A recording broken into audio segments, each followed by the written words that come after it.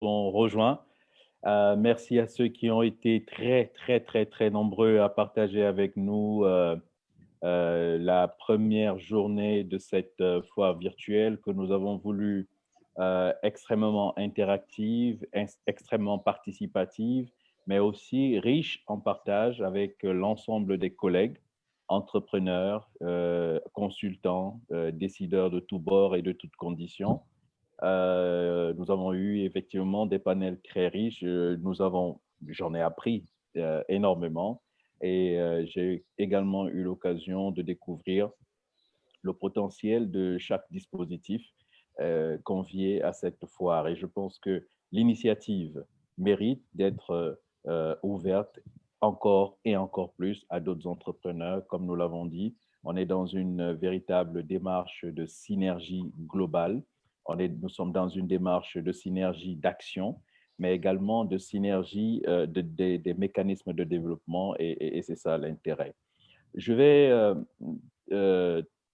rapidement présenter, avant de présenter la philosophie de UF Pro, je vais rapidement revenir sur la présentation que j'ai faite hier pour pouvoir camper un tout petit peu le contexte de notre activité. Et peut-être que nous, ensemble, nous comprendrons l'intérêt euh, de notre dispositif. Alors, je vais y aller.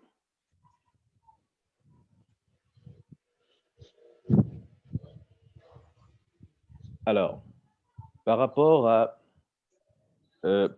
à cette foire virtuelle, nous avons voulu partir, nous restons sur notre idée de base, qui est celle de travailler selon les données qui sont soit des données très empiriques, soit des données que nous avons recueillies par l'observation, soit des études classiques que nous menons également avec l'ensemble des institutions, des secteurs cibles. Nous partons déjà du premier constat, comme je l'ai dit hier, c'est le constat de la jeunesse. Il est difficile de cadrer ou de calibrer un chômeur. On dira que le chômeur, c'est celui qui n'a pas travaillé, etc., selon l'OIT, selon les Nations Unies, selon la Banque mondiale, selon. Pour nous, le chômeur, c'est celui qui n'a pas d'activité et qui est à mesure de travailler. Point. On n'a pas besoin de regarder au-delà de la Lune pour savoir qu'il y a des personnes qui ne sont forcément pas diplômées à des niveaux importants, mais qui ont vraiment besoin de produire dans notre tissu économique et qui, très souvent, se retrouvent dans le secteur dit informel, qui est à peu près à 97,9%. En fait, ce tissu informel, ce tissu dit informel, est véritablement un amortisseur social à hauteur de 97,9% en Afrique de l'Ouest, dont je ne parle pas simplement du Sénégal. Dans un autre aspect, dans un autre titre, c'est la progression démographique qui nous impose aujourd'hui à regarder la situation avec beaucoup de recul et aussi avec beaucoup d'opportunités, en fait. Nous avons une population en 2050 en Afrique qui sera à peu près de 2,4 milliards. Les chiffres d'ailleurs de ces 2,4 milliards, excusez-moi, c'est notre poubelle qui passe. Donc, les chiffres de ces 2,4 milliards sont même encore en train d'être revus par certains organismes dont les derniers chiffres qui préparaient la pondération ou l'accroissement de la population mondiale plaçaient, par exemple, pour l'Afrique, le Nigeria serait la première population d'Afrique avec 750 millions de Nigériens, euh, euh, Nigériens en Afrique, dans le Nigeria. La population de l'Inde serait la population la plus nombreuse. La Chine va baisser.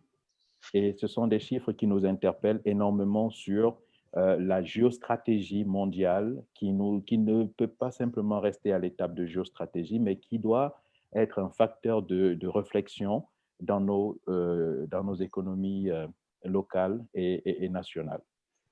Ensuite, vous avez toujours 60% de chômeurs en Afrique. Ça veut dire qu'on est à peu près aujourd'hui, selon la Banque mondiale, à presque 13 millions de chômeurs, ça veut dire de jeunes chômeurs en Afrique au sud du Sahara. Ça veut dire qu'on est probablement à 33 000 chômeurs tous les 24 heures. Ça veut dire depuis ce matin, nous avons 33 000 personnes de plus sur le marché de l'emploi qui recherchent du travail, etc. Ensuite, vous avez la situation comme je l'ai dit hier, qui nous impose une urgence absolue à parler avec la jeunesse. Le premier signal a été donné par le printemps arabe, qui a été une situation qui démontrait l'urgence de parler avec les jeunes. Le printemps arabe est parti, mais ce n'étaient pas des petits voyous dans la rue qui fabriquaient des cocktails Molotov, comme j'ai eu à l'entendre quand je participais à certaines activités au niveau européen. Non, ce ne sont pas des jeunes qui font des cocktails Molotov. Non, ce sont des jeunes diplômés qui se sont mobilisés via les réseaux sociaux et qui ont fait entendre leur voix et qui ont réussi à bloquer le pays. C'est ça l'intérêt, parce qu'ils sont nombreux. Vous aurez beau tirer, vous avez vu ce qui s'est passé en Algérie il y a encore quelques mois. Ça veut dire que c'est une jeunesse assoiffée de liberté, qui a soif de liberté autant pour moi, mais qui a soif également d'opportunités. Cette situation du printemps arabe a eu une pondération, je veux dire un décuplement de son activité. Vous avez vu ce qui s'est passé au Burkina. Ce ne sont pas les militaires qui ont délogé le président Compaoré il y a très longtemps. Ce sont des jeunes activistes qui étaient décidés à faire revenir leur démocratie et installer un climat économique viable. Pareil pour la République démocratique du Congo, il n'y a pas longtemps. Aujourd'hui, après toutes ces crises qui sont des crises géoéconomiques, nous sommes aujourd'hui dans une crise sanitaire avec un impact économique considérable. Donc, on ne va pas revenir sur les impacts que vous savez déjà. Vous avez aujourd'hui, par exemple, rien qu'à l'échelle mondiale, vous avez des firmes comme LVMH qui ont réussi à fermer 400 magasins en une journée. Vous avez Airbnb qui ont réussi à licencier en 1 heure de temps 3000 personnes. Vous avez dans la Silicon Valley 11 000 emplois détruits en un jour. Vous avez Nokia qui libère à peu près 1 400 personnes. Vous avez la Société Générale qui est dans un plan de restructuration de 1500 profils partant, ainsi de suite, dont le chapelet, il est long. Par contre, nous avons également cette jeunesse qui a soif et qui continue de vouloir donner le maximum sur le marché. Comme je l'ai dit hier sur les faits, le plan de résilience au Sénégal a même connu une réelle évolution en allant sur un plan en partant du simple fait d'être un plan de résilience à un plan de résilience et d'action. Ça devient un PAP 2A. C'est véritablement un plan de résilience qui va s'articuler autour des secteurs productifs que nous saluons parce que nous sommes des entrepreneurs et nous militons pour un climat d'affaires qui soit propice au développement de nos activités. Vous avez la stabilité macroéconomique, comme je l'ai dit. Techniquement, on est obligé de constater que les facteurs clés de production n'ont pas disparu. Nous avons toujours l'électricité, nous avons toujours de l'eau par moment, même si les conditions de fourniture d'eau ont connu leurs difficultés, en fait, connaissent des difficultés depuis très longtemps et que les solutions sont en train d'être trouvées.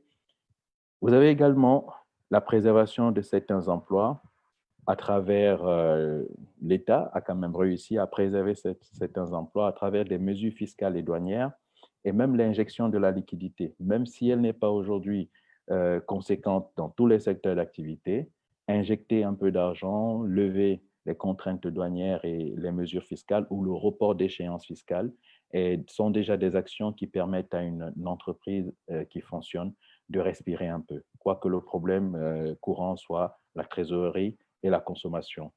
Vous avez le plateau médical qui a largement évolué, même si aujourd'hui on peut déplorer beaucoup de difficultés ou de failles à ce niveau. Et ce n'est pas que le Sénégal, tout le monde entier est confronté à cette situation. Les hôpitaux, pour le cas par exemple de la France ou de l'Espagne, où j'ai vraiment travaillé en pleine période de la pandémie jusqu'au déconfinement, jusqu'au mois de juin.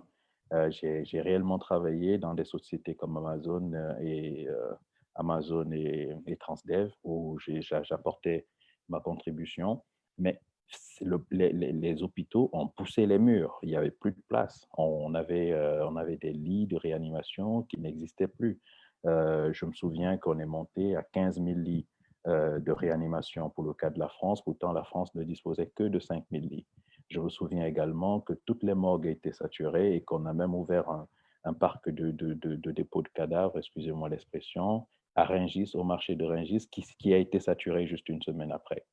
Comme pour dire la gravité de la situation que nous ne subissons pas au Sénégal parce que le plateau technique correspond encore à la maîtrise de la pandémie. D'ailleurs, quelques chiffres placés au Sénégal, deuxième meilleure organisation à avoir réussi à juguler l'ampleur de la crise.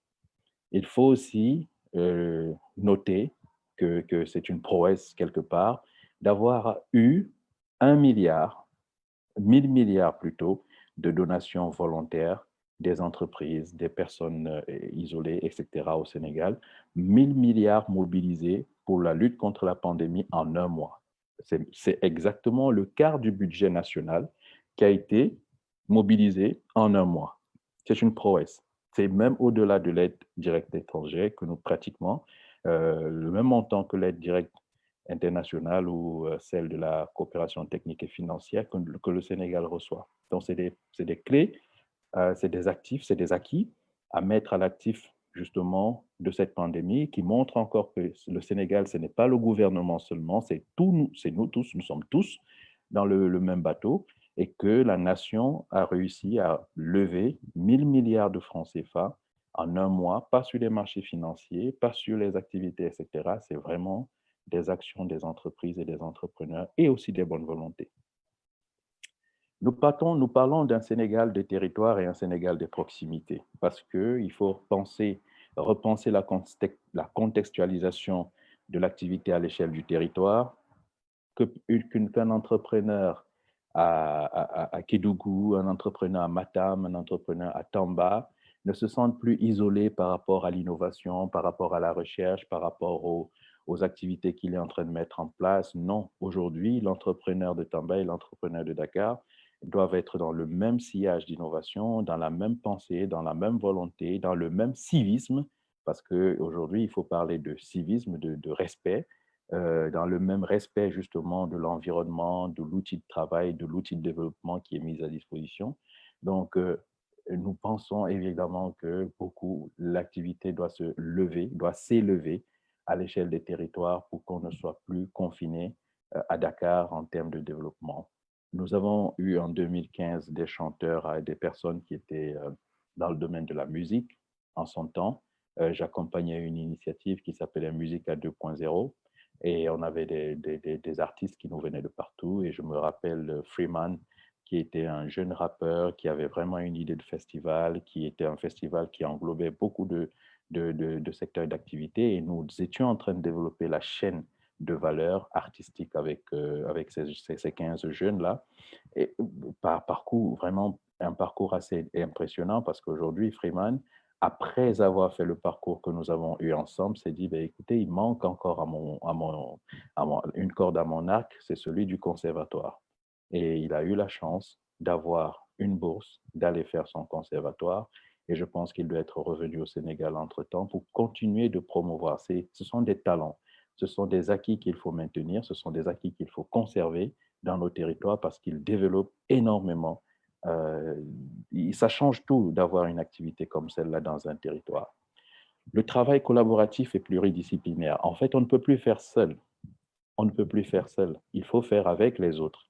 La situation du Covid qui nous impose aujourd'hui des mesures que nous pensons être des mesures provisoires, pour moi et pour mon équipe, ne sont pas des mesures provisoires. On nous demande de vivre avec le virus. Ben, écoutez, on vivra avec le virus, mais même si le virus s'en allait, on ne reviendra pas à la situation d'avant.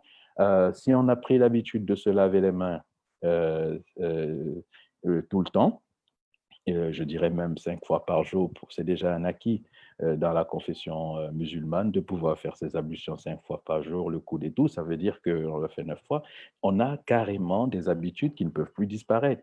Donc, on a pris l'habitude de faire nos ablutions, on a pris l'habitude de bien se laver les mains, on a pris l'habitude de porter un masque. Ça sera difficile aujourd'hui de revenir à la situation où on ne se lave plus les mains, on n'a plus envie de sortir, etc. Parce qu'il y a ce climat qui est mis en place. L'autre aspect, ce sont les mesures qui sont mises dans les entreprises, dans les organisations pour accueillir du public, pour accueillir du monde. Ça ne changera plus. Ça veut dire qu'on ne va pas enlever les dispositifs de lavage de mains immédiatement parce que techniquement, c'est aussi de l'hygiène publique et la santé. Ce travail collaboratif impose également qu'on puisse impliquer une nouvelle classe d'acteurs. Ces acteurs qui doivent être des acteurs de relocalisation d'emploi.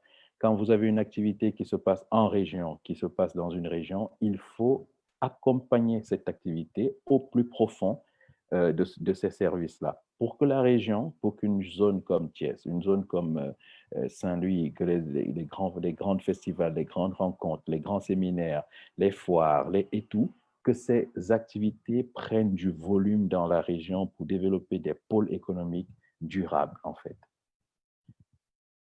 Ensuite, il faut mobiliser les acteurs autour des projets industriels. Un projet industriel ne se fait pas par une personne. Les projets industriels, c'est régulièrement une masse de compétences qui se mettent autour et il faut accepter que ces projets industriels soient des projets à forte valeur de création d'opportunités. Il faut aujourd'hui qu'on puisse partager le risque.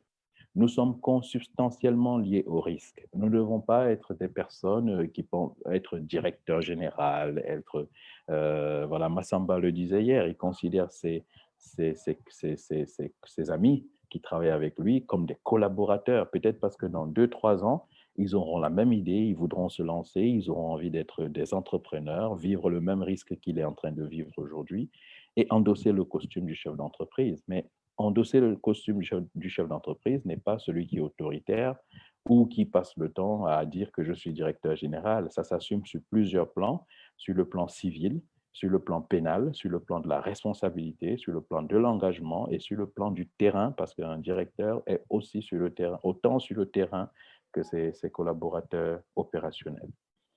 Ensuite, vous avez, pour terminer enfin, l'alternance pédagogique. Nos mécanismes pédagogiques aujourd'hui sont de vrais garages. Il faut qu'on se le dise. Nous avons été tous formés dans des dispositifs qui ont donné, certes, un très grand volume, une très grande épaisseur à notre intelligence, à nos activités et tout. Et c'était très rare déjà d'avoir ce type de dispositif. Mais aujourd'hui, ce sont des garages parce que la jeunesse actuelle doit être vue comme, pas simplement comme une opportunité, mais aussi un défi redoutable. Le défi de l'innovation, le défi du challenge, le défi du partage, le défi de le nouvel état d'esprit que nous devons construire, de la nouvelle façon d'approcher les problématiques du développement, du besoin, de cerner les grandes opportunités. C'est aussi ça. Je reviendrai un peu dessus quand on parlera de formation. Alors, comme je le disais hier, je m'engage à être sur mes 3 œufs. Je ne parle pas d'omelette. Hein. Il y a certains qui n'ont pas encore pris leur petit déjeuner et qui vont certainement sourire, mais ce ne sont pas les 3 œufs pour faire des omelettes. Ce sont les 3 E. Engagement, esprit d'entreprise, évolution. Nous devons rester très engagés. Un engagement qui nous est proche et cher. Lutter pour aujourd'hui l'intérêt général, le sens du professionnalisme et la bonne gouvernance. C'est autant d'intérêts que nous partageons continuellement et depuis mon passage à l'université, avec mes patrons que je salue au passage, avec aussi ceux qui m'ont encadré, Madame Koulibaly, Monsieur Koulibaly du groupe Affilieux. Et c'était véritablement des points que nous partageons et que nous partageons encore ensemble sur le sens de l'intérêt général, la bonne gouvernance et le professionnalisme. Il faut être aussi engagé dans l'esprit d'entreprise. Il faut être celui qui se remet en cause par rapport à l'esprit d'entreprise. On ne développe pas une entreprise à travers une seule idée et on est sûr que ça va vivre toute une vie. Non, on se remet en cause, on pétrit l'idée, on pétrit le projet et on arrive à quelque chose. Je vais vous dire cela tout à l'heure. L'évolution, c'est aussi d'intégrer qu'il y a une masse de personnes qui réfléchissent comme vous, qui réfléchissent même avec vous, mais qui peuvent aller beaucoup plus vite dans la réalisation que vous. Quelquefois, on entend des personnes dire « c'était mon projet, mais tu ne l'as pas réalisé ». Si c'est ton projet, tu le réalises. Donc, il faut être sur le terrain, il faut être un acteur un véritable acteur du projet et aller de l'avant. Bon, ça, on était juste sur la petite première introduction par rapport à à ce que nous pensions de l'idée de la situation actuelle euh, liée à la prestation et au service.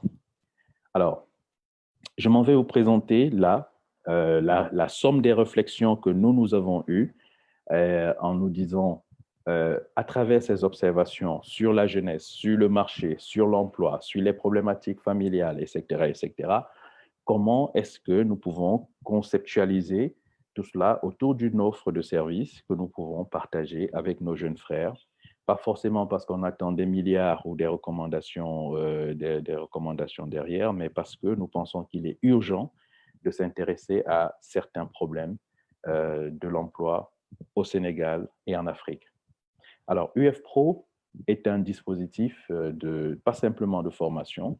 Nous sommes un opérateur de service. Nous déclinons nos activités dans 3 domaines d'activité, les prestations de services agricoles, la communication et la formation. Ce sont les cœurs d'activité de UF Pro, avec une première plateforme dédiée à la formation, mais vraiment, vous verrez que c'est une toute petite plateforme d'une quarantaine de places parce que, au fond, nous ne le faisons pas par besoin grand d'effectifs. Nous expérimentons encore toutes nos méthodes pédagogiques, les méthodes d'enseignement, la classe inversée, le tutorat, etc. Ensuite, nous avons une plateforme agricole sur les prestations de services agricoles connectée aujourd'hui à la sous-région, donc le Mali, le Burkina, le Burkina pour ce qui est de l'agriculture, et la Côte d'Ivoire, excusez-moi. Voilà.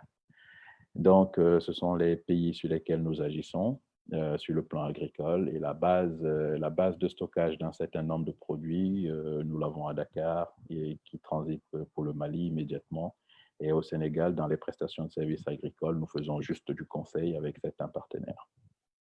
Alors, nous avons parlé de la formation. Nous pensons, après ce que j'ai expliqué plus haut, qu'il faut transformer véritablement nos mécanismes de formation, nos mécanismes d'activité à travers un certain nombre de leviers. Le premier levier qu'il faut avoir, c'est le levier de la formation technique par la simulation. Quand je parle de technique par la simulation, c'est véritablement le fait aujourd'hui de s'arrêter sur un ensemble de techniques. La technique claire, elle est là. On ne peut plus former des personnes qui s'arrêtent simplement à faire du bonjour, au revoir, par exemple. Non, il faut vraiment être dans quelque chose de plus technique. Prenons le cas, on va prendre un cas mais alors très simple. Vous avez à peu près 27 banques au Sénégal. Sur les 27 banques au Sénégal, si toutes les banques recrutaient par extraordinaire 1000 personnes, ça ferait 27 000 emplois directs. Est-ce que vous pensez que chaque année, le système éducatif sera capable de produire 27 000 personnes qui vont intégrer ces banques? Non. Est-ce que vous pensez que le système éducatif n'a déjà produit un ensemble de ressources pouvant intégrer ces banques? Oui, c'est pour ça qu'on a un chômage, parce on ne parlera pas d'adéquation formation-emploi, non, on parlera aujourd'hui de l'alignement de l'offre de formation sur les besoins économiques. Et c'est ce projet qui est porté par le professeur Aminata Sall Diallo sur le plan des réformes du programme du PSE, avec qui j'ai eu l'opportunité, et j'ai encore l'opportunité de partager autour du PSEJ, de la réforme en elle-même du PSEJ et d'autres actions qui pourront être mises en place au cours des prochaines années sur cette réforme-là. Donc, l'alignement de l'offre de formation sur les besoins économiques est une très grosse priorité. Mais les besoins économiques, ce sont des besoins d'opérationnalisation. Ça veut dire que si vous n'avez pas formé une personne qui vient en étant une personne opérationnelle, prête à prendre en charge les défis de l'entreprise, ben, ça ne marchera pas. En entreprise, on ne forme pas. On recherche le mouton à 5 pattes. On a besoin de quelqu'un qui peut aller vite et bien, travailler et être opérationnel. Le deuxième aspect, c'est l'économie créative, qui ne s'arrête pas simplement à une économie créative telle que on le conçoit dans la documentation, mais l'économie créative, c'est tout cet aspect pour nous qui consiste à avoir des personnes créatives dans leur environnement sur la base de rien. Moi, je vous parlerai de coiffure, de coiffure féminine, par exemple. Je parle de greffage, je parle de torsade, de babylix, de chignon, de peau, de défrisant, etc. Parce que derrière, lorsque vous êtes en train d'organiser un événement et que les gens arrivent et que vous avez mis un dispositif d'accueil et qu'une personne arrive avec une chevelure qui n'est pas très, très commode, vous pouvez être certain d'imposer un type de coiffure pour toute votre équipe d'accueil. Cela harmonise beaucoup de choses. C'est un détail simple pour vous, mais qui change la perception de celui qui arrive en disant elles ont toutes les mêmes vêtements, elles ont la même coiffure, elles ont les types de chaussures qui sont pareils. Ça, c'est l'harmonie, ça donne envie de voir. Cette économie créative aussi passe par tout ce qu'on a vu d'antan, la robotique, le prototypage. Aujourd'hui, prototyper une idée, prendre une idée, avoir une imprimante 3D, prototyper le modèle de ce qu'on a envie d'avoir à main et le toucher, on est aussi dans l'économie créative. On est dans un link entre la culture et les technologies qui ont permis d'avoir aussi les hologrammes. Quand vous voyez les grands concerts internationaux avec des hologrammes, même à Dakar, on a eu Stromae qui est venu et qui a fait un concert avec un hologramme de très, très, très bon calibre.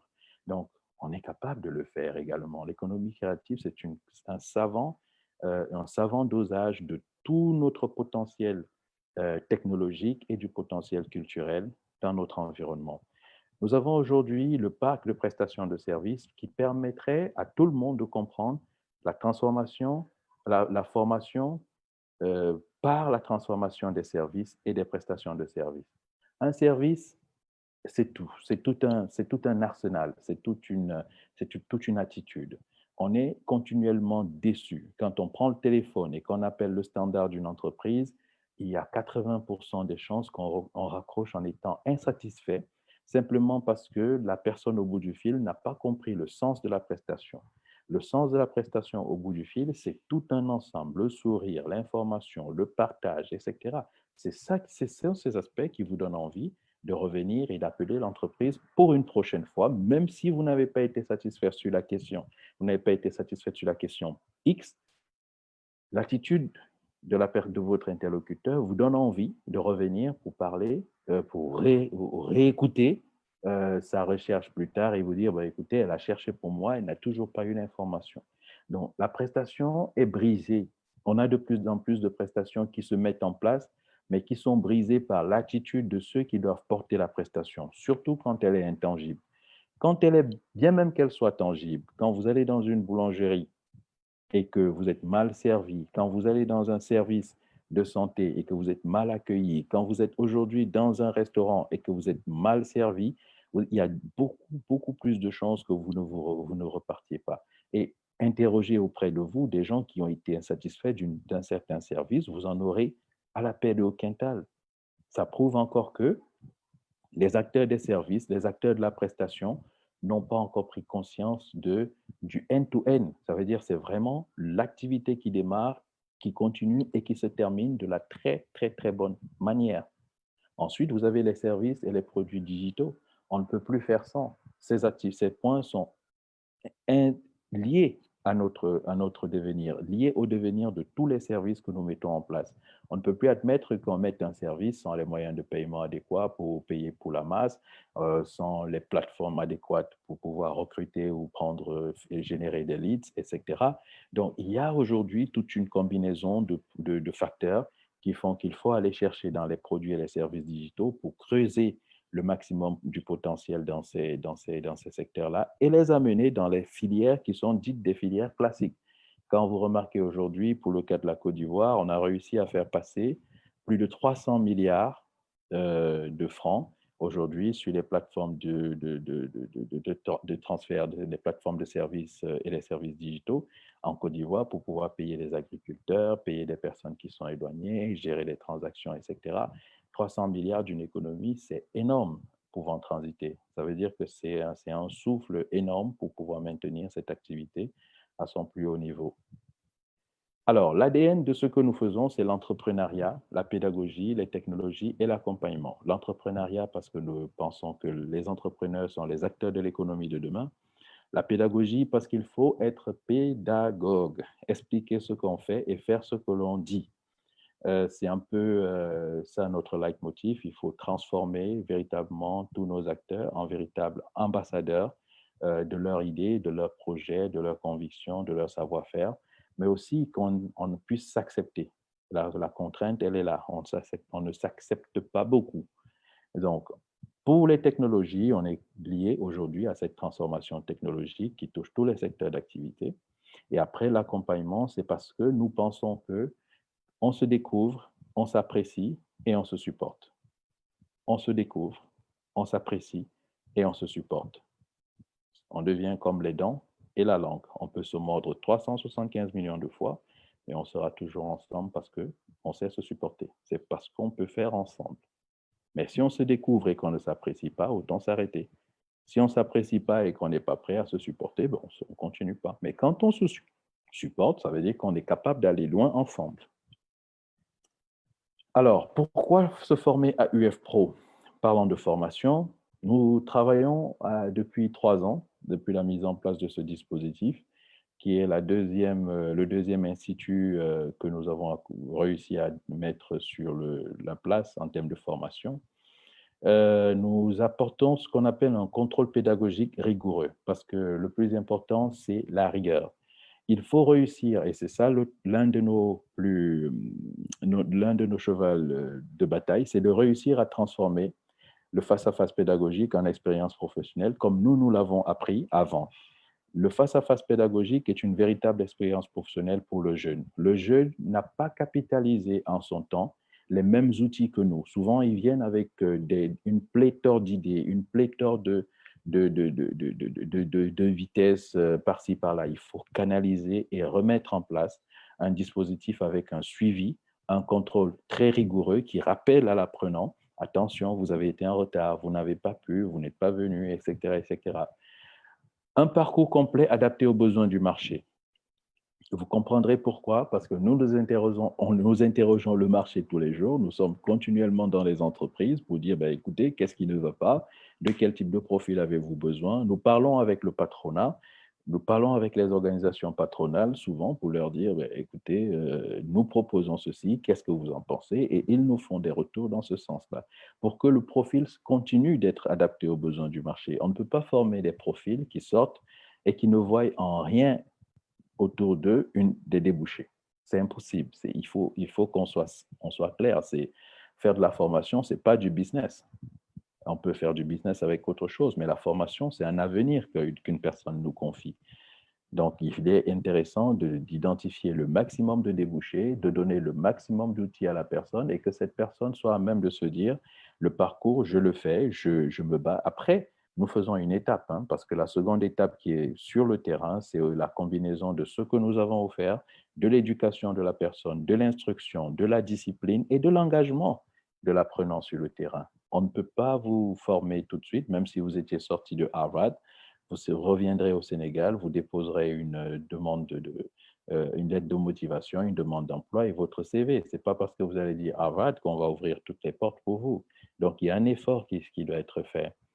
Former avec des professionnels pour chaque domaine, nous pensons que nous ne pouvons plus avoir des universitaires purement calés à l'université. Nous avons des universitaires qui interviennent dans les matières des fondamentaux, mais après, le reste du parcours, il est vraiment professionnel et pratique. Les universitaires nous donnent les fondamentaux et nous les remercions pour cela.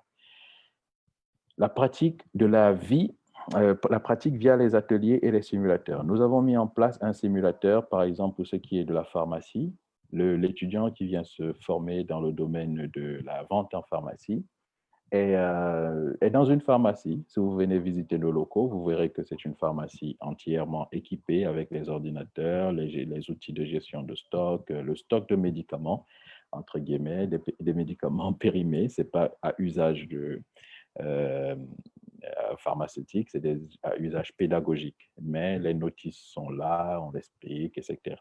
Tout le protocole sanitaire est mis en place pour que l'étudiant touche, regarde, s'organise autour de cela. Et 5 ou 6 modules tournent autour de la pharmacie, dont la gestion des stocks, la gestion des inventaires, la mise en place du merchandising, par exemple pour cette filière-là, où quand l'étudiant, l'apprenant sort, il est immédiatement opérationnel parce que dans une pharmacie, c'est tout ce qu'il aura appris chez nous qu'il retrouvera en termes de fonctionnalité quotidienne. Donc, une pharmacie c'est déjà une entreprise où il faut s'exprimer et faire tout ce qu'il faut tous les jours.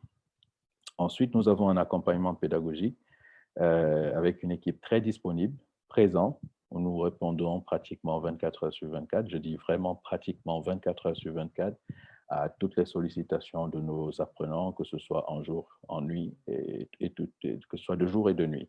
Il faut dire qu'ils ne sont pas très nombreux non plus, donc on peut se permettre d'être très, très proche pour apporter la modeste contribution à ce qui se passe. Ensuite, notre mission est de continuer d'identifier ce qu'on appelle les métiers en tension. Vous avez des métiers en tension aujourd'hui qui sont dans le domaine des sciences et techniques, où on a besoin de plus en plus de techniciens capables de porter. On n'a pas besoin de génie, mais comme M. Koulibaly, le patron du groupe PAFI, le disait, on n'a pas besoin de génie, mais de personnes capables de porter le développement. Si vous avez les génies, c'est dans les laboratoires. Mais dans l'entreprise a besoin des gens qui sont capables de porter son développement. Si aujourd'hui, on se permet de dire, ben, écoutez, vous allez former un doctorant à la manutention des charges lourdes, il ne pourra pas le faire parce que le doctorant, il est dans son domaine du doctorat, dans sa spécialité de recherche. Mais nous avons besoin des gens qui ont décroché du système, qui ont réussi à faire la première, la seconde, la terminale, qui ont fait le bac 3 fois, qui n'ont pas pu faire le bac. À eux, on est capable de dire, ben, écoute, on va t'apprendre à gérer un pH, on va t'apprendre à faire la mesure de l'eau, on va t'apprendre parce que ce sont ces besoins dont, par exemple, le port de Dakar a besoin de mesurer quotidiennement le pH de son eau. Les piscines, aujourd'hui, ont besoin de mesurer le pH de l'eau parce qu'ils ont besoin d'un pH pour savoir si le chlore est supérieur, etc., etc., pour ce qui est du cas des piscines. On ne va pas recruter un chimiste, entre guillemets, de niveau Bac plus 3 qui peut faire autre chose par rapport à ce profil qui va juste faire des prélèvements d'eau. Ensuite, vous avez l'anticipation sur les besoins des entreprises. Vous avez des médecins, par exemple, des pharmaciens qui sont formés pendant 7 ans et qui, à la fin, n'ont peut-être pas, pendant le parcours de formation, n'ont pas suffisamment assimilé les notions de la comptabilité, de la gestion d'une entreprise, de la gestion des stocks, etc., de la gestion du médicament, et qui doivent sortir créer une officine. Si le pharmacien crée une officine, l'officine, ce n'est pas parce que le pharmacien vend des médicaments qu'il n'est pas une entreprise. Il paye les taxes au même titre que nous, il paye les impôts parce qu'il est installé sur une route, etc. Donc, vous ne pouvez pas aujourd'hui demander à celui-là qui n'a pas fait suffisamment de modules de gestion de s'installer plus tard comme un acteur de l'économie qui va gérer les stocks, qui va gérer les produits, qui va gérer les patentes, qui a une comptabilité, qui gère du personnel, qui paye des salaires.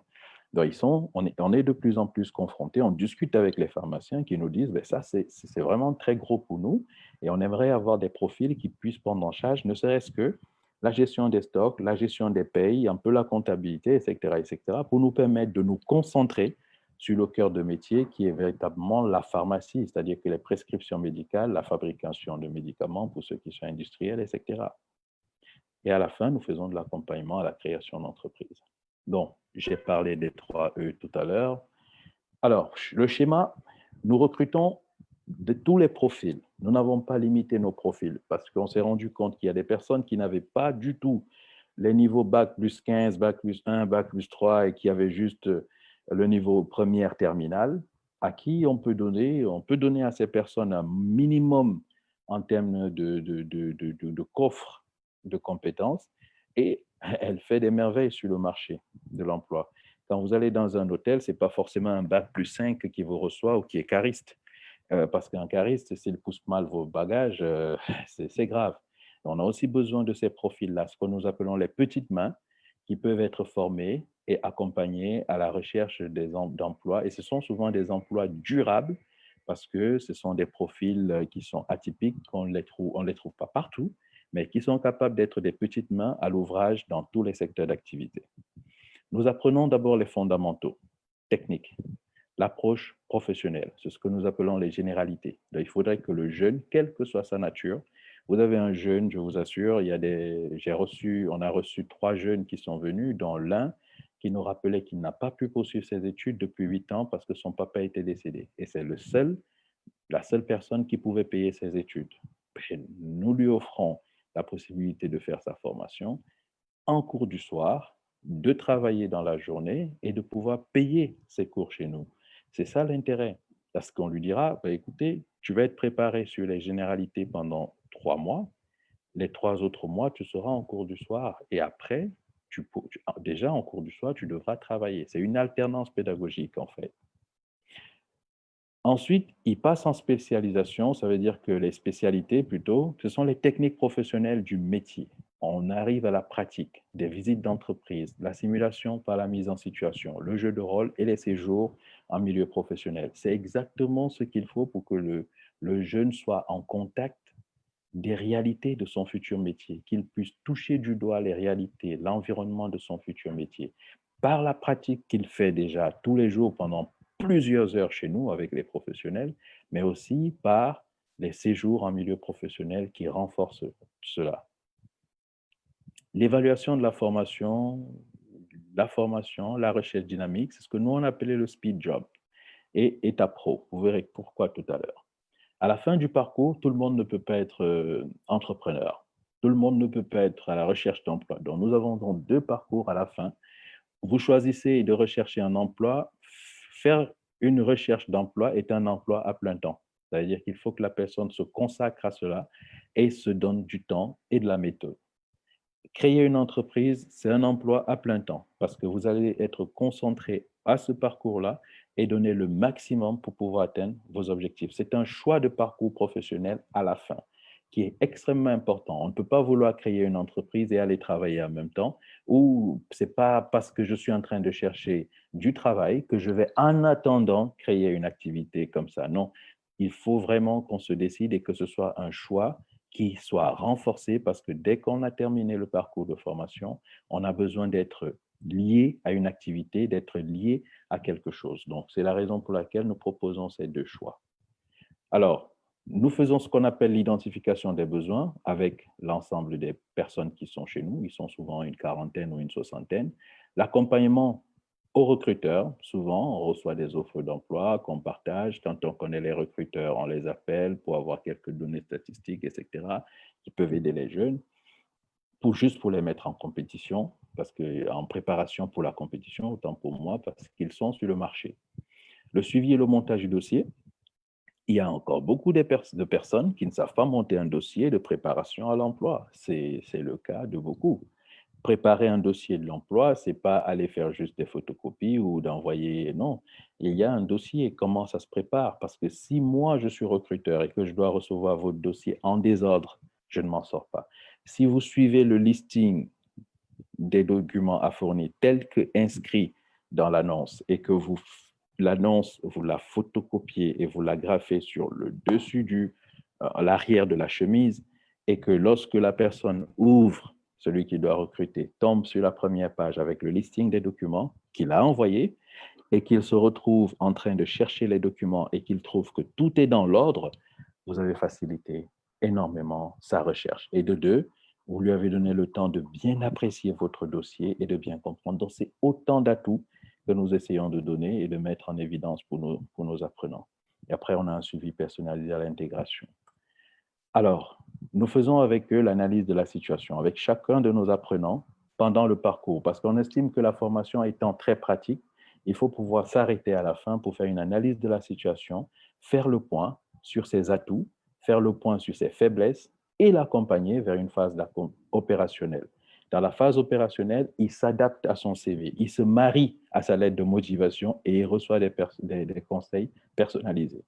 Et par la suite, on a un suivi avec un débrief parce que lorsqu'ils vont déposer des dossiers d'entretien et tout, ils reviennent toujours retrouver l'équipe administrative qui est sur place, qui va leur rappeler ce qu'il faut faire, ce qu'il ne faut pas faire, ou donner davantage de lettres de recommandation, ou appeler dans certaines entreprises où nous avons des contacts pour savoir réellement comment ça se passe.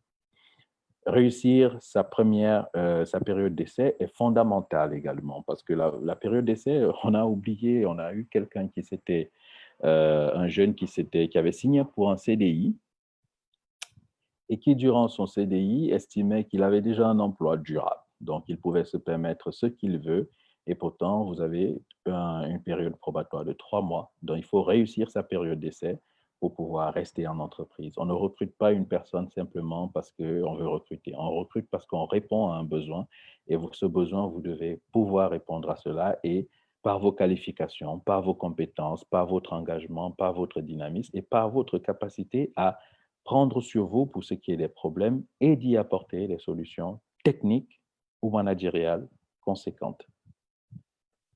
Alors, nous, on travaille à une mobilisation pratique autour de l'emploi. Donc, c'est ce que je viens de vous citer tout à l'heure. Il y a des ateliers pratiques, des mises à niveau, des visites d'entreprise, du sport, parce qu'on a aussi une salle de sport à côté qui permet à nos apprenants de pouvoir se tirer les muscles quelquefois, la simulation d'entretien, l'activité culturelle et le suivi individuel. On a aussi réussi à transformer, nous tous, et moi y compris, nous sommes tous des coachs, des coachs et des tuteurs pour les apprenants qui sont là, qui ne sont pas très nombreux. Et comme je le disais, ils viennent de partout, de Mbourg, de Thiès, de Sali, de Mboro, de Rufisque et tout, parce qu'ils veulent apprendre. Et souvent, on a remarqué que ceux qui sont inscrits à l'université et qui continuent de faire et qui font des cours en même temps chez nous ont envie de donner. Ceux qui sont des décrocheurs du système et qui veulent bénéficier d'une formation spécifique ont envie de donner. Mais très souvent, c'est ceux qui sont coûte que coûte à la recherche d'un diplôme qui pour nous est une présomption de connaissance. Nous travaillons à donner en fait des diplômes, etc., mais nous travaillons pour que l'apprenant soit opérationnel et il se sente utile sur des besoins liés à l'entreprise. C'est ça le vrai job. Ce n'est pas forcément le diplôme qui vous sécurise, ce n'est pas non plus le contrat, ce sont vos compétences qui vous sécurisent en entreprise. Alors, c'est tout le sens de la prestation, je l'ai dit tout à l'heure, la traçabilité sur le suivi. Nous pensons également que sur le parcours de l'entrepreneuriat que nous proposons, comme je l'ai dit tout à l'heure, nous accompagnons jusqu'au prototypage. Et nous pensons que la formation ne considère que 32% du parcours. Lorsque vous êtes formé, vous n'avez que 32% du parcours type. Il y a 29% d'expérimentation, il faut expérimenter. Hier, à l'après-midi d'hier, on était dans les champs avec des jeunes et on parlait de semences, de repiquage, d'engrais, voilà. Et il y en a qui avaient expérimenté des points, des choses très intéressantes et d'autres qui ne l'avaient jamais fait. Donc, il faut expérimenter pour identifier les résultats. Et ce qui permet également de valoriser les résultats de la recherche parce que vous allez lire et les résultats de la recherche peuvent vous aider justement à aller plus loin. L'innovation constitue 24%. Il faut innover. Innover, ça rentre dans notre ADN aujourd'hui.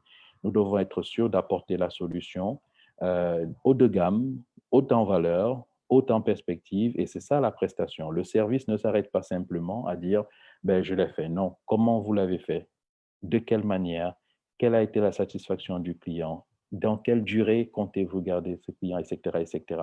Parce qu'il y a du marketing, il y a de l'innovation, il y a de la compétence à mettre en place dans ce sens-là pour vous permettre d'avancer. Après, c'est l'esprit collaboratif. Dans l'espace collaboratif, c'est par exemple l'initiative de la foire virtuelle qui reste un espace collaboratif très intéressant, ainsi que d'autres foires, d'autres espaces, des associations qui sont là pour vous et vous accompagner dans ce sens-là. Dans notre parcours de création d'entreprise, nous avons schématisé la chose en étant très simple. L'analyse du projet à créer, l'adéquation homme-projet. Il y en a qui ne savent pas vraiment. On ne peut pas recruter un spécialiste du marketing pour faire un projet dédié à la physiologie humaine. Ce n'est pas possible du tout. Faire une étude de marché. J'ai également encore été sollicité par une étudiante qui a fait un travail très bien pendant le confinement, mais qui ne peut pas être vendu à l'échelle parce que ce sont des produits dont on a besoin de façon, c'est une fois en passant, comme ça. On n'aura pas besoin de ça tous les jours. Et je lui ai dit, c'est une innovation, mais après, il faut creuser en termes d'études de marché, de clientèle et de commercialisation. Il y a une étude financière également à mettre en place. Et c'est pour ça que nous, chez nous, on essaye de travailler le rapport humain à l'argent. C'est devenu très compliqué de travailler avec des gens parce que tout le monde est tourné de façon omnibulée à je gagne de l'argent, je gagne de l'argent, je gagne de l'argent. Oui, on a des rapports humains, mais il ne faut pas oublier que ces rapports constituent une phase importante de notre relation. Après, on a une étude juridique et fiscale. Donc, souvent, le caractère juridique est très, très, très bloquant pour le développement de la PME. Un jeune qui sort tout de suite et qui crée une SARL, et pourtant il est seul dans son activité, peut être un facteur de blocage. Alors après, on a une partie où on doit tuner les projets avec tout le monde, et ça, c'est vraiment la partie entrepreneuriale que nous proposons à nos jeunes. Euh, les métiers que nous avons choisis, nous avons aujourd'hui le gérant-vendeur en pharmacie, comme je le disais tout à l'heure. Ce sont des métiers du paramédical, c'est-à-dire que le pharmacien peut souffler après. Le délégué médical, parce que les délégués médicaux que nous avons, ils nous expliquent tout le temps que le marché en a besoin. Et le délégué médical, ce n'est pas que pour vendre des médicaments dans les pharmacies. Nous avons expérimenté aussi les délégués médicaux dans le secteur de l'élevage, où les produits pharmaceutiques dédiés aux animaux étaient importants. Il y a des délégués médicaux dans des produits phyto, c'est du médical. Donc, derrière, il faut conseiller sur ces produits phyto. On a une partie qui est dédiée aussi aux assistants secrétaires médicales. Bon, nos assistantes de direction également, nos assistantes juridiques et nos assistantes commerciaux, ce ne sont pas des personnes qui sont simplement formées à ces métiers-là. On rajoute deux choses qui sont fondamentales aujourd'hui, la gestion des gestes de premier secours que tout le monde fait, et la gestion de la sécurité à travers la gestion des incendies. Comment éteindre un feu avec un extincteur, comment circonscrire le feu, comment appeler les pompiers, etc., etc. Donc, c'est cette gestion de catastrophe qu'on intègre au-delà de la formation métier que vous voyez. Nous avons aussi un parcours que nous prenons également pour ceux qui n'ont jamais fait de cours. C'est pour ça qu'on leur donne des petits certificats sur 20 mois, qui n'ont jamais été, qui ont arrêté leur cours en classe de seconde, première, de terminale, de troisième, avec qui on peut faire carrément 20 mois et leur donner des compétences qui sont souvent des compétences importantes, dont les agents de comptoir, les opérateurs d'information, la conciergerie d'entreprise, des hôtesses d'accueil réceptionnistes. Il faut une nuance. Je le disais au directeur d'hôtel avec qui nous sommes en train de collaborer, qu'on ne veut pas de réceptionniste qui voit une personne rentrer dans l'hôtel ayant mal au ventre ou bien ayant une courbature et ne puisse pas aller vers lui simplement pour lui demander qu'est-ce qui ne va pas. Faites l'expérience, rentrez dans un lieu public, surtout un hôtel où on doit vous prendre en charge, pliez-vous en deux et vous verrez que personne ne viendra tout de suite parce que souvent, ils ne sont pas formés à cela. Les agents de réservation, les animateurs de vente, animer de la vente, c'est pas faire ce n'est pas crier sur tous les toits, mais de savoir comment toucher une cible idéale et pratique. Donc, en gros, voilà ce que j'allais vous proposer aujourd'hui, en vous rappelant que nous avons décidé d'agir sur la jeunesse de, de ceux qui, dans leur parcours académique, ont décidé de décrocher depuis la classe de seconde, et ou ceux qui ont décroché après le bac plus 1, qui ont tout au plus un bac plus 2, parce que c'est une population qui, à notre avis, reste vulnérable, qui est de plus en plus nombreuse pour des raisons X et Y, parce qu'il a perdu un parent, parce qu'il a perdu ses moyens, parce qu'il y a X raisons, mais après, c'est une population de décrocheurs extrêmement importante qu'il faut soutenir, qu'il faut accompagner, qu'il faut tenir. Donc, voilà ce que nous faisons à UF Pro dans le cadre de la formation.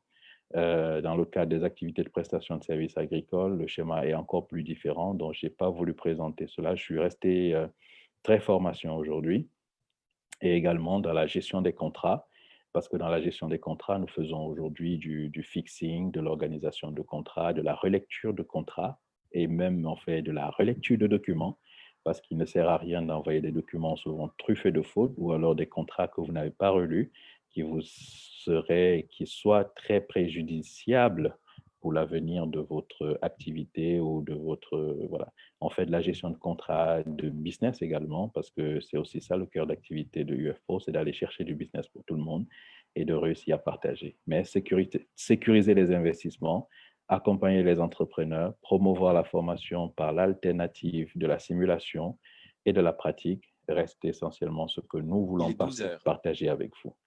Je vous remercie pour votre attention en espérant avoir été ouvert, exhaustif sur nos activités, notre vision de l'économie, de la formation. J'ai essayé d'être très succinct, sans rentrer dans des données très empiriques, parce que les chiffres par moment, les courbes et les graphiques sont faits peut-être dans le public. Il y a des gens qui peuvent comprendre cela, mais il y a d'autres personnes qui se seraient probablement lassées. Donc, j'espère avoir répondu à vos attentes. Je reste disponible pour vos questions et vos remarques et vos suggestions également. Merci beaucoup.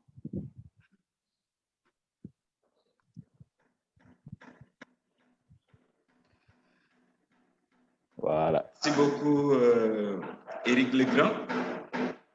En tout cas, merci d'avoir partagé avec nous toutes ces informations-là. Et moi, j'ai eu la chance de rencontrer vos étudiants. J'ai d'ailleurs même donné des cours là-bas sur le projet d'orientation professionnelle. Et ça m'a permis, en tout cas, de comprendre un peu la psychologie des étudiants qui sont spécialisés dans vos filières. Donc, c'est un métier très technique et qui véritablement demande une certaine concentration. J'ai visité également vos locaux et puis moi, je trouve que vous avez vraiment investi.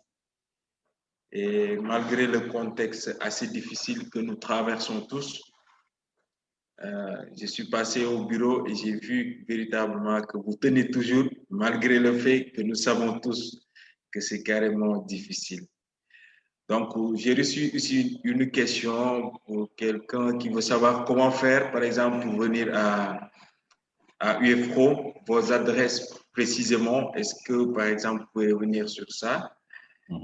Et bon, en fait, donner peut-être des informations relatives à l'accès et pour peut-être ceux qui ont suivi et qui seraient éventuellement intéressés par vos formations. Ok, merci Massamba. J'ai la chance de ne pas être sur un plateau de télévision où le service commercial m'aurait tapé sur les doigts. Mais nous répondons au 77 815 67 80. Je pense que c'est bien ça. 815 67 80. 77 815 67 80. 77 815 67 80. Ou vous tapez UFPRO, formé pour développer sur Facebook. Vous aurez aussi nos références sur les plateformes Facebook et Instagram. Nous sommes basés à Sud-Foire, on dit régulièrement Liberté 6 Extension, donc c'est Sud-Foire en face du SAMU municipal. Sur les deux voies de Liberté 6, vous êtes au SAMU, vous vous placez juste devant le SAMU, vous levez la tête et vous nous verrez. Donc, appelez si vous êtes perdu, vous appelez le 77 815 67 80 et vous aurez toute l'équipe au bout du fil. Nous vous recevons, on a un petit café que nous offrons à tout le monde, un peu de thé pour ceux qui sont amateurs de thé et à toute heure. Et du thieboudienne aussi. Hein? Et du thieboudienne aussi, ouais. Ça, ça c'est important. Nous offrons du thieboudienne. Si vous arrivez à l'heure du thieboudienne, oui, voilà, vous aurez une très grande opportunité de partager avec nous ce qu'on appelle chez nous le thieb olympique, quoi. Donc, il faut être là à l'heure, sinon vous n'aurez rien. Donc, voilà. Et après, pour terminer, c'est vraiment les rencontres qui nous permettent d'être riches. Et d'un autre côté, venez, il y a de la place pour tout le monde. Il faut échanger, il faut partager, que ce soit dans le cadre de la formation, de vos ambitions personnelles. Il faut déjà prendre le temps d'aller échanger, de revenir vers certains professionnels, au-delà de UFPRO, d'autres professionnels, mais comme je dis, nous sommes à votre disposition. Vous voulez vous former, vous voulez vous lancer, vous voulez échanger. C'est un réseau qui est en place. Natango est sur place. Les services que nous pouvons proposer en lien avec Natango ou d'autres services que Natango peut faire autant pour moi et que nous ne pouvons pas faire, nous le dirons, on dira ça, nous ne pouvons pas. Et ce sont des services pour lesquels on vous orientera au maximum à être bien. Nous souhaitons qu'il y ait une communauté d'entrepreneurs, une communauté d'acteurs qui croient au Sénégal, une communauté d'acteurs qui croient que la collaboration saine, loyale, dans le respect est possible. Voilà. Donc, il y a ça. Donc, je suis toujours dispo s'il y a des questions particulières sur la formation. N'hésitez pas. Et puis, c'est à tous les niveaux, hein. On a reçu des personnes, par exemple, qui n'avaient pas le niveau, qui n'avaient que le niveau BFM et qui après venaient nous rencontrer, faisaient 10 mois de formation, passaient le BFM en candidat libre et à la suite avaient le BFM et en même temps une qualification professionnelle qui leur permettait de travailler. Et aussi, ce ne sont pas des métiers qui vous font rester de façon sédentaire dans les villes. Vous pouvez être originaire, par exemple, de Mbourg, où on a des personnes qui sont originaires, qui viennent faire une formation de 10 mois à Dakar, qui retournent en Mbourg, travailler, par exemple, dans une pharmacie, par exemple, dans une société de conditionnement, par exemple, dans un hôtel, etc. Donc, l'idée, c'est de pouvoir donner une qualification, vous entrez dans le milieu professionnel et puis après, vous faites valoir d'autres compétences qui vous font aller plus loin. Donc, c'est ça notre intérêt. Et la population, sincèrement, elle est très, très nombreuse. La population entrepreneuriale est très, très... Ceux qui sont entre la classe de seconde et la classe de bac plus 2, ceux qui sont entre la seconde et le bac plus 2 et qui ont décroché, nous, on les appelle les décrocheurs. Ceux qui sont à ce niveau sont très, très nombreux et nous voulons donner de l'espoir à tout le monde.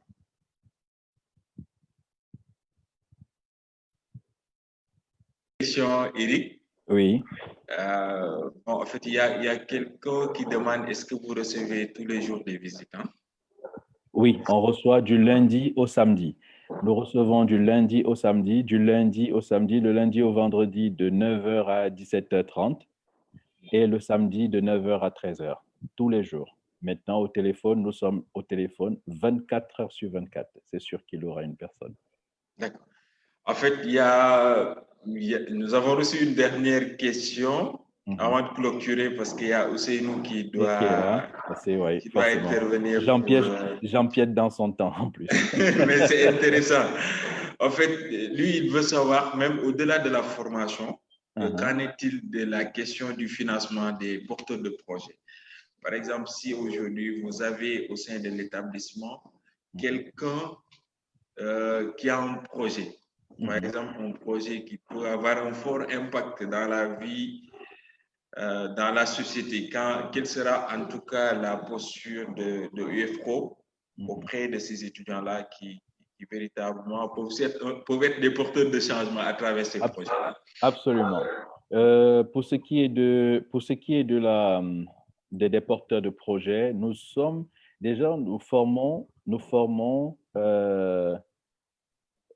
nous formons déjà des jeunes qui doivent être insérés. Le projet est un mécanisme d'insertion. C'est-à-dire qu'aujourd'hui, quand vous êtes formé, prenons le cas basique, hein, vous êtes formé par exemple en tant que technicien en maintenance biomédicale. Lorsque vous êtes technicien en maintenance biomédicale, vous imaginez, vous avez 370 cliniques privées au Sénégal, rien que les cliniques privées. Vous vous installez à votre propre compte. Vous voulez créer votre entreprise spécialisée dans le maintien, dans la maintenance des équipements médicaux. Si je vous prends le cas, le centre de dialyse de Tamba a besoin d'un technicien à l'heure actuelle. Si je vous prends un autre cas, le laboratoire RDPM qui est sur la Corniche a besoin d'un technicien en maintenance. C'est des cimetières d'équipements qu'il y a sur le marché aujourd'hui. On n'a pas de technicien, on a des ingénieurs, mais on n'a pas de technicien. Alors, quand vous voulez vous lancer, nous, en tant qu'acteurs, on ne s'appesantit pas en priorité sur le financement. Les ressources de financement sont disponibles. Elles sont disponibles. Par ma modeste expérience, depuis 2010, j'ai travaillé à la mise en place de presque tous les mécanismes pouvant accompagner le financement. On a commencé avec la promotion des entreprises, avec le CEDIC en 2009, etc., etc. On a eu 8000 candidats pour le PSEJ, et on a eu également des activités de l'ADER. Mais tout ça, ce sont des mécanismes qui viennent s'ajouter. Mais au fond, on ne finance pas une idée de projet. On finance un prototype. Même celui qui veut vous prendre en termes de prestation, s'il vous dit la prestation va coûter combien, vous lui dites 400 000. Mais vous, en ce moment, vous travaillez sur quoi? Vous dites non, je suis étudiant, vous gérez quoi? Ma bourse de 18 000 francs. Mais comment un chef d'entreprise va vous confier une prestation de 400 000, pourtant vous n'êtes pas capable de lui donner toutes les garanties de gestion? Vous n'êtes que sur votre bourse de 17 000 francs. Donc, c'est ça qu'il faut comprendre. Ça veut dire qu'il faut pétrir votre projet et trouver des alternatives au financement. Les dispositifs en place, nous l'avons dit, que ce soit l'ADER, la banque, etc., elles sont prêtes à financer. Il n'y a pas que ces dispositifs-là. Il y a aussi votre engagement à aller voir un prestataire et à lui dire, par exemple, Clinique du Cap, vous avez 600 équipements en panne. Sur les 600 équipements en panne, je suis capable de faire le diagnostic gratuit. D'ailleurs, vous proposez un diagnostic gratuit des équipements. Tout de suite, le monsieur vous signe un contrat. Et ce contrat, sur la base de ce contrat, nous sommes en partenariat avec certaines microfinances. Sur la base de ce contrat, vous pouvez aller voir une microfinance et lui dire, j'ai une garantie de paiement sur 6 mois. Est-ce que vous pouvez me financer pour l'achat de tel et de tel et de tel? C'est comme ça qu'on construit une prestation. La prestation ne vient pas du fait qu'on vous finance 4 millions de francs pour aller prendre un bureau, mettre la clim, recruter une secrétaire, commencer, etc., démarcher des clients. Non, on démarche des clients, même souvent quand on n'a même pas un tournevis. La promotion qui est en train de sortir actuellement, ils m'ont appelé au moment où je n'étais pas au Sénégal et ils m'ont dit, nous voulons lancer une société de maintenance biomédicale. J'ai dit, vous avez tout mon accord. Montez, j'ai appelé, j'ai pris rendez-vous avec tout le monde pour qu'ils montent leur société. Ce qui les dérange, c'est qu'ils n'arrivent pas à bâtir une prestation. On ne vous paye pas parce que vous avez créé une entreprise. On vous paye parce que vous faites une prestation qui donne du résultat. Et soyons acteurs du résultat. Soyons acteurs de la bonne action. Soyons acteurs d'un schéma qui va d'un point X à un point Y avec toute la satisfaction du client et votre satisfaction personnelle d'avoir fait du bon boulot. Et c'est ça la différence. C'est ce que nous n'avons plus dans notre environnement. On pourrait donner la meilleure Ferrari à tout le monde, mais si c'est pour aller rentrer dans les inondations, ça ne marche pas. Il faudrait qu'on se dise qu'aujourd'hui, on a la compétence qu'il faut, mais il faudrait que la prestation soit quelque chose qui soit intégré dans notre esprit. Il faut être très prestation. Et quand la prestation est de qualité, vous êtes recommandé. Ceux qui ont créé les entreprises chez nous ne sont pas forcément des personnes qui étaient attachées au financement. Il y en a qui ont même eu le financement bien longtemps après qu'ils aient lancé leur dispositif. Mais il faut des clients. Il faut des clients. Il faut des clients satisfaits. Et commencer. Il faut même souvent vendre. On vend, comme on dit, vendre le serpent dans le trou. Mais par moment, vous l'avez vendu dans le trou, mais à un moment donné, quand le client commence à adhérer, c'est même lui qui finance vos premières actions. UF Pro, pareil, nous sommes partis comme ça. UF Pro n'a pas démarré en mettant 50 millions sur la table, en disant voilà ce qu'on va faire. Non, on a commencé par prendre des masses de personnes, on les a formés, ils ont créé leurs entreprises, ils ont continué et on a, par le processus de formation, on s'est équipé, on a acheté des équipements, nous sommes sur Cambérène, nous sommes sur Liberté 6, nous sommes au lycée de la Fosse parce que ça tourne comme ça. Mais il n'y a pas que le financement. Je voudrais juste dire à cette personne qu'il n'y a pas que le financement. Vous pouvez avoir de l'argent et réaliser le plus mauvais projet que le Sénégal n'ait connu. Voilà. Bon, Eric, il y a derrière Ousseynou. Vas-y, oui, vas-y, il n'y a pas de souci. Non, je voulais dire qu'il y a derrière Ousseynou ouais. qui me demande de te donner tout le temps qu'il faut. Donc, on poursuit parce qu'il y a des questions derrière. D'accord, ok, je suis à l'écoute. Les gens trouvent ça intéressant et puis je reçois en privé des questions. Ok, je suis à l'écoute. Il y a Binta Badian qui aimerait savoir, est-ce que vous avez des relations de collaboration avec des universités publiques? Oui, nous collaborons déjà de façon très naturelle. Il y a des partenaires naturels avec l'UGB. Bon, je suis en train de discuter avec Massamba, donc le lien est naturel avec l'UGB, où aujourd'hui à l'UGB, nous avons un appui fort au niveau de l'incubateur de l'UGB avec Madame Sangaré, que nous appuyons. là, on a eu à mettre en place la dernière action avant avant le confinement au niveau de l'UGB. C'était la mise en place avec le projet Africa Rice pour que les jeunes puissent produire un riz calibré. Donc, depuis l'année passée, c'est ce qu'on fait. Ça veut dire qu'on prend des jeunes qui produisent un riz de qualité qui correspond à la norme d'Africa Rice. Et Africa Rice et ses partenaires s'engagent à acheter entièrement la production de ces jeunes-là et les remettre dans un nouveau circuit de production. Par exemple, avec l'UGB, c'est une expérience qui est très, très, très, très enrichissante. Ce n'est pas facile, comme vous le pensez. Ce n'est pas le fait simplement d'avoir donné 3 millions et un espace à quelqu'un qui fait sa vie. Vous voyez donc que ça ne s'arrête pas au financement. Il peut arriver que le riz que le jeune produise dans la vallée et tout ne corresponde pas à la norme édictée. Peut-être que ne correspondent même pas au marché. Donc, avec l'UGB, on est en train de travailler dessus. On était sur le projet également on était sur le projet de la GIZ, dans le même sillage, dans UGB et GIZ. Avant l'UGB et la GIZ, comme je l'ai dit, j'étais dans la réforme de l'aliment de l'offre de formation, dont on a travaillé avec toutes les universités en son temps. Et avant la réforme de la formation, on a l'incubateur InnoDev aussi, qu'on a accompagné jusqu'en 2011. Donc, les liens avec les universités, non, on est disponible et on est disposé à nouer de nouveaux liens avec d'autres universités, même parler d'un business campus qui peut être quelque chose que nous louons depuis très longtemps, accompagner les universités à mettre en place des incubateurs ou accompagner les jeunes incubés des universités à voir autre chose. Ça veut dire qu'il faut aussi que les universitaires ou les jeunes des universités sortent. Avec InnoDev, par exemple, on a fait la première machine d'iodation de sel au Sénégal avec Al-Kassoum Anne. Cette machine d'iodation de sel a coûté 20 millions de francs, mais ce monsieur a été d'une discipline de travail qu'on ne peut pas, je ne peux que louer aujourd'hui. Pendant 2 ans, il a réussi son projet.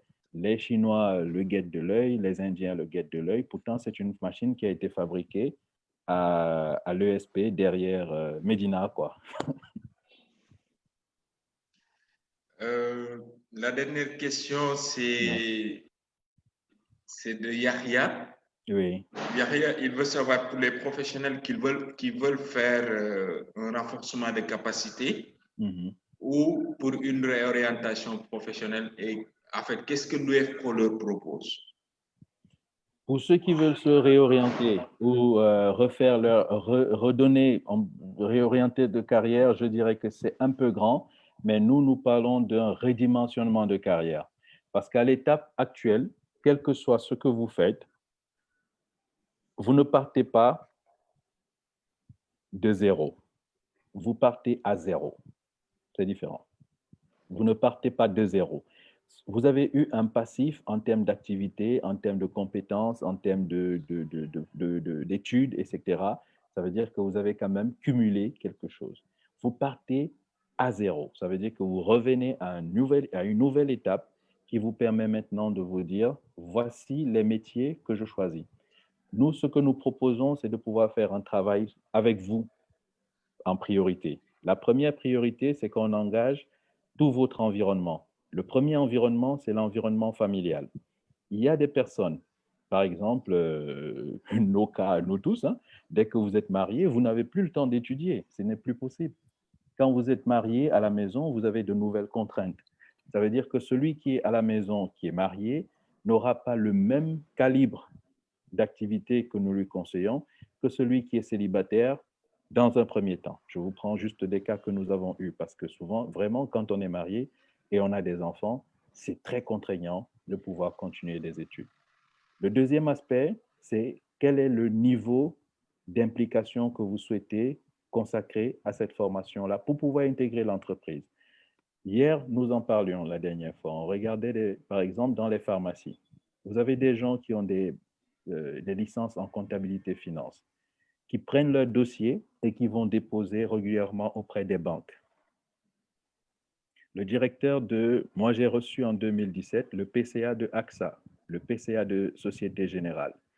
tous ces PCA, etc., les 7 recteurs des universités, tout le monde, on tient le même discours, c'est-à-dire qu'on ne peut pas recruter une personne simplement par le profil de son CV. Il faut qu'on le recrute par sa compétence. Et souvent, ils n'ont plus de place pour vous. Un spécialiste de la comptabilité n'a pas forcément besoin d'aller dans une structure dite comptable. Aujourd'hui, une pharmacie a besoin de comptabilité. Une pharmacie a besoin de comptabilité. Pour la preuve, la pharmacie nationale d'approvisionnement, qui approvisionne tous les hôpitaux, vous êtes toujours en train, ils vous disent rupture de médicaments, absence de médicaments, etc. Ils ont besoin de gestion de stock, et à tout moment, parce qu'ils reçoivent des quantités importantes. Donc, pour nous, nous parlons d'une para-combinaison entre vous, vos profils, votre profil que vous avez eu en banque, finance, assurance, comptabilité, marketing, etc., qui sont des filières de gestion que nous respectons, en les combinant dans d'autres secteurs d'activité comme la santé, l'éducation et l'agriculture. Vous verrez aujourd'hui les stocks de produits dans les pharmacies.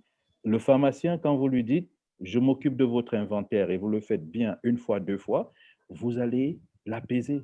Parce que le plus gros du pharmacien, la plus grosse hantise du pharmacien, c'est de s'arrêter pour ses inventaires. C'est de s'arrêter pour à la fin de sa journée pour faire la caisse. C'est de s'arrêter pour compter le stock de produits manquants et passer les commandes. Mais ça, c'est un travail comptable, les amis. Et le comptable, il n'y a pas mieux qu'un comptable, qu'un spécialiste de la gestion pour le faire, mais il ne le fera pas du confort de son bureau avec son plan comptable. Il le fera dans une toche blanche. Il va connaître les médicaments, les pathologies, la science, etc., pour pouvoir gérer maintenant l'aspect pharmaceutique. Et c'est ce que nous apportons en plus. Pour terminer, par rapport au secteur agricole, c'est pareil. Vous avez des produits qui sont à l'ISRA, tout près, et qui sont des semences améliorées, etc. Vous avez des producteurs qui sont dans la zone d'Agnaï, qui sont à Saint-Louis, qui sont à Pout, qui sont à Matam, qui ont juste besoin de semences. Mais qui mieux qu'un logisticien peut porter ces produits et les ramener Borchamp en toute sécurité? Ce n'est pas le chercheur de l'ISRA qui a passé 16 ans à vous trouver la molécule améliorée, qui va aller chercher le cas rapide, qui va aller chercher ceci. Non, je pense qu'il faudrait, le redimensionnement du besoin dont nous avons besoin, c'est de dire, vous avez vos compétences, voici le schéma d'activité, voici ce que nous vous proposons. Donc, il ne faut pas être, nous sommes très ouverts, passez nous voir, discutons ensemble. La réorientation, ce n'est pas forcément ce que nous voulons donner une dimension. Peut-être dans l'entreprise, et c'est le cas de certaines personnes, vous intégrez l'entreprise en tant que gérant-vendeur en pharmacie, par exemple chez Pfizer ou bien chez d'autres sociétés. Vous faites que la gestion des stocks, mais demain, on vous met dans les opérations, demain, vous montez les rampes de l'entreprise parce que vous avez d'autres compétences. Nous n'avons donné qu'une compétence. À l'intérieur de l'entreprise, vous démontrez des compétences qui font que vous montez les rampes de l'entreprise avec beaucoup de facilité. Donc, nous sommes là, ce que vous êtes, ce que vous voulez faire et où vous voulez aller. C'est ça notre schéma. Bon, Eric, les questions continuent de venir, donc je pense que on prend une dernière, oui, ou une avant-dernière. En tout cas, je suis disponible. Oui, on a une amie. Elle est présentement au Cameroun. Elle nous suit depuis hier. Donc, elle, sa préoccupation, c'est que si depuis tout le temps, nous vulgarisons l'entrepreneuriat auprès de la jeunesse africaine actuelle, donc sa question, c'est que qui va assurer le salarial? Si nous tous, nous voulons nous investir dans l'entrepreneuriat. Je ne sais pas si tu comprends un peu sa préoccupation. J'ai bien compris, oui, la question. Et je suis encore je suis très heureux que cette question vienne du Cameroun où j'ai beaucoup d'attaches. Et juste lui rappeler que la même intervention, je l'ai fait en 2015 à l'extrême nord du Cameroun, dans les villes comme Maroua, Yagua, Kousséri, et j'ai intervenu souvent de l'autre côté de la frontière au Nigeria, à Maïdougouri, Kanu et Jos, où il y a beaucoup de difficultés entrepreneuriales, justement. Ce n'est pas la question du salariat. Ce n'est pas la question du salaire. Le salaire est un mécanisme de fonctionnement. Le salaire est un mécanisme de rémunération, simplement. Ce n'est pas parce que tout le monde a ouvert une boutique qu'il n'y aura plus d'acheteurs. Ça ne se passe peut-être pas de la même façon. Donc, le système de l'entrepreneuriat, c'est que vous mettez en place un mécanisme de production. Comme le disait notre ami, celui qui était à Google hier, l'ancien de Google, je pense que c'est Ousseynou, je pense. Ousseynou, oui. Voilà, c'est Ousseynou qui le disait. C'est-à-dire que dans le dispositif, c'est que vous encouragez vos propres collaborateurs à être des acteurs de la recherche et du développement, à être des acteurs de vos produits. Vous ne pouvez pas créer une activité et être, que ce soit une activité qui soit personne dépendant. Même quand on crée une boutique de vente de chewing-gum, de bonbons, etc., etc., cette activité, vous ne serez pas là 24 heures sur 24. À un moment donné, vous êtes fatigué, vous êtes malade, il faudrait qu'il y ait la relève, que ce soit votre fils qui vienne vendre à votre place. C'est un salaire. Il faut générer suffisamment de revenus pour pouvoir partager la richesse. C'est ça l'aspect du salariat. Celui qui veut vivre en tant que salarié ne veut pas prendre de risque parce que l'entrepreneur prend des risques. Le risque d'être confronté dans un premier temps à l'environnement social. On l'appelle DG, même quand il n'est plus DG. Maintenant, c'est autre chose. On l'appelle, il est continuellement sollicité par les impôts et les taxes. Il est continuellement sollicité par les fournisseurs. Il est continuellement sollicité par vos préoccupations à vous en tant que collaborateur. Je dirais, je resterai dans le cadre trivial pour dire en tant qu'employé, la personne vient le matin, elle boude, elle n'est pas venue, elle est malade, elle a arrêté. Si vous êtes une dame, elle a fait excusez-moi pour les femmes, elle a fait ses 3 jours de menstru, elle ne peut pas se lever, ce sont des règles douloureuses, il faut la remplacer, etc., etc. Ce n'est pas mauvais en soi, mais sauf que c'est une préoccupation qui est portée au plus haut point par l'entrepreneur. Vous êtes salarié, ça veut dire qu'on vous a donné une portion de tout le processus à gérer. Et lui, à son niveau, il gère l'ensemble du processus. Le génie de l'entrepreneur est de coordonner l'ensemble des génies autour de lui. Ce n'est pas le génie suprême en tant qu'entrepreneur, mais lui, il doit avoir le génie de coordonner l'intelligence du directeur commercial, de coordonner l'intelligence de son fournisseur, de coordonner l'intelligence de sa production. Et c'est ça qui fait de lui, justement, qui lui donne une étoffe entrepreneuriale. Maintenant, il peut décider d'engager des gens. Le salariat, c'est celui qui va aider à la production. Mais il y aura toujours un marché de consommation parce qu'on ne peut pas créer une entreprise pour ne pas vendre, pour ne pas être sur le marché. On crée pour être sur le marché, apporter une valeur ajoutée. Donc, on aura toujours des personnes à recruter. Et tant qu'on est dans un environnement de compétition, parce que l'entreprise, c'est ça, c'est un environnement concurrentiel, de compétition, vous serez obligé de faire ce qu'on appelle une mise à niveau ou un upgrade de tous vos services. Et cet upgrade-là a toujours besoin de compétences, c'est-à-dire vous investissez autant sur la production que sur la recherche de compétences productives. Et cette recherche de compétences productives, là, ce sont des salariés. Donc, un entrepreneur doit payer ses salaires. Pour la petite histoire, chez nous, ou bien chez moi, dans d'autres activités que je fais, j'ai des salariés qui touchent plus de salaire que moi. Il est difficile qu'un chef d'entreprise s'octroie un salaire les 2 premières années. Mais vous allez recruter des parents, vous allez recruter des gens, des parents, des pères d'enfants, je veux dire, pas des parents qui sont proches, mais à la fin du mois, vous faites les états des entrées entre ce que vous avez reçu et ce que vous devez dépenser. Les salaires font partie de votre tableau. Et tant que vous ne l'avez pas réglé, vous avez des cheveux blancs, hein, je ne vais pas vous montrer les miens, parce que c'est tous les jours comme ça. Et vous êtes même souvent contraint, mais ce n'est même pas une contrainte, vous êtes même fier d'accorder un salaire à une personne compétente dans votre entreprise qui peut toucher un salaire plus important que le vôtre. Parce que cette personne rentre dans l'outil de production et transforme de façon radicale votre entreprise. C'est ça la différence. Ce n'est pas parce que vous êtes chef d'entreprise que vous allez coûte que coûte avoir le meilleur salaire. Vous pouvez vous accorder un salaire de 300 000 dans votre activité. Hein? Ce n'est pas grave. Mais vous recrutez un ingénieur qui vous coûte 900 000, 1,5 million, et vous lui donnez les 900 000, 1,5 million. Parce que dans le cadre de la production du nouveau service que vous voulez mettre en place, ce coût de 900 000, 1 million est supportable par ce service-là. Et à terme, votre activité prendra du volume et vous pourrez augmenter de salaire. Même si ça n'augmente pas, votre salaire restera de 300 000, mais il y aura un service dans votre entreprise qui vivra. C'est ça l'intérêt. Ça veut dire qu'il faut qu'on casse nos codes de mentalité, qu'on arrête de penser que c'est le chef d'entreprise qui doit avoir le plus d'argent.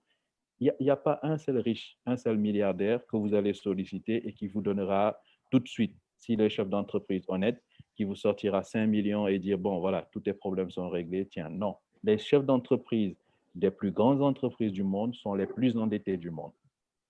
Les plus endettés. Il y a plus de prières pour les banquiers, pour leurs chefs d'entreprise, que pour nous autres qui sommes juste des usagers.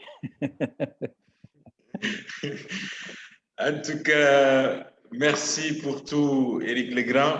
Merci. On peut passer toute la journée. Hein. Je sais, c'est vraiment intéressant. Je reçois beaucoup de messages, de félicitations. Je n'aurai pas le temps de lire tous les messages que j'ai reçus, mais surtout des messages d'encouragement. Il y a quelqu'un même qui vient d'écrire en disant que le génie de l'entrepreneur est de gérer l'ensemble des génies autour de lui. Merci, Monsieur Legrand. C'est vraiment quelque chose qui lui a certainement marqué. Il y a Mansour Sey. On reçoit beaucoup de commentaires des gens qui approuvent, qui apprécient ce que vous faites. Merci. Et qui félicitent également UFPRO pour l'initiative, pour la pédagogie, pour le caractère académique, en tout cas, de cet établissement que j'ai eu la chance de visiter. Merci. Et pour nous avoir servi aujourd'hui, ce matin, en tant qu'administrateur de l'UFPRO, une si belle présentation. Et je pense que c'est un métier qui est très intéressant. Et nous ne manquerons pas, en tout cas, de recommander des gens pour venir à l'UFPRO, en tout cas pour regarder ce que vous faites. En tout cas, merci beaucoup, mon cher. Merci, Chérif. Merci, Chérif. Merci, Chérif. En tout cas, c'est avec beaucoup de plaisir. Donc, je sais que même si tu ne présentes pas, tu suis. Oui, je suis. Donc, on n'hésitera pas à solliciter également ton expertise sur les autres interventions. Inch'Allah. Et je précise que les femmes ont donné une haute dimension à l'entrepreneuriat. Absolument. Et que demain, on en saura quelque chose parce qu'il y a 3 filles qui ont bâti de grandes choses. Demain, elles vont venir et présenter ce qu'elles sont en train de faire. Oui, oui, Eric. Je voudrais juste vraiment, sans être très long, remercier l'initiative pour les femmes. Je ne peux pas m'empêcher. Chaque fois qu'il y a une initiative portée par les femmes où on encourage les femmes, je suis le premier militant de la cause entrepreneuriale portée par les femmes. Je crois que si l'accès aux ressources, l'accès au bien-être, l'accès au foncier, l'accès à la pédagogie, l'accès à la connaissance universelle et l'accès des femmes aux commandes et à la gestion des projets, on doit mettre tout ça au même pied d'égalité. Il faudrait qu'on ait des femmes battantes. Il faudrait qu'on ait des femmes qui soient compétentes. Et nous sommes entièrement dédiés à l'accompagnement des femmes qui ont envie d'aller loin dans leurs activités. Sincèrement, l'avenir nous dira encore plus là-dessus. Moi, je suis convaincu. Et moi, dans notre dispositif, il n'y a que des femmes. Il y a 2 hommes et il y a 7 femmes. Donc, pour vous dire à quel point la parité n'est en rien respectée. On ne veut même pas l'entendre chez nous. On préfère se faire commander par les femmes et tout ira bien. Donc, courage à toutes les femmes. Je ne pouvais pas me retenir. Courage à toutes les femmes et nous comptons sur vous. Allez, merci beaucoup, mon cher. Et à très bientôt. Ciao. Nos amitiés et nos salutations à tous les collaborateurs de l'UFPRO. Merci. Allez, au revoir. Merci beaucoup et félicitations. Merci beaucoup.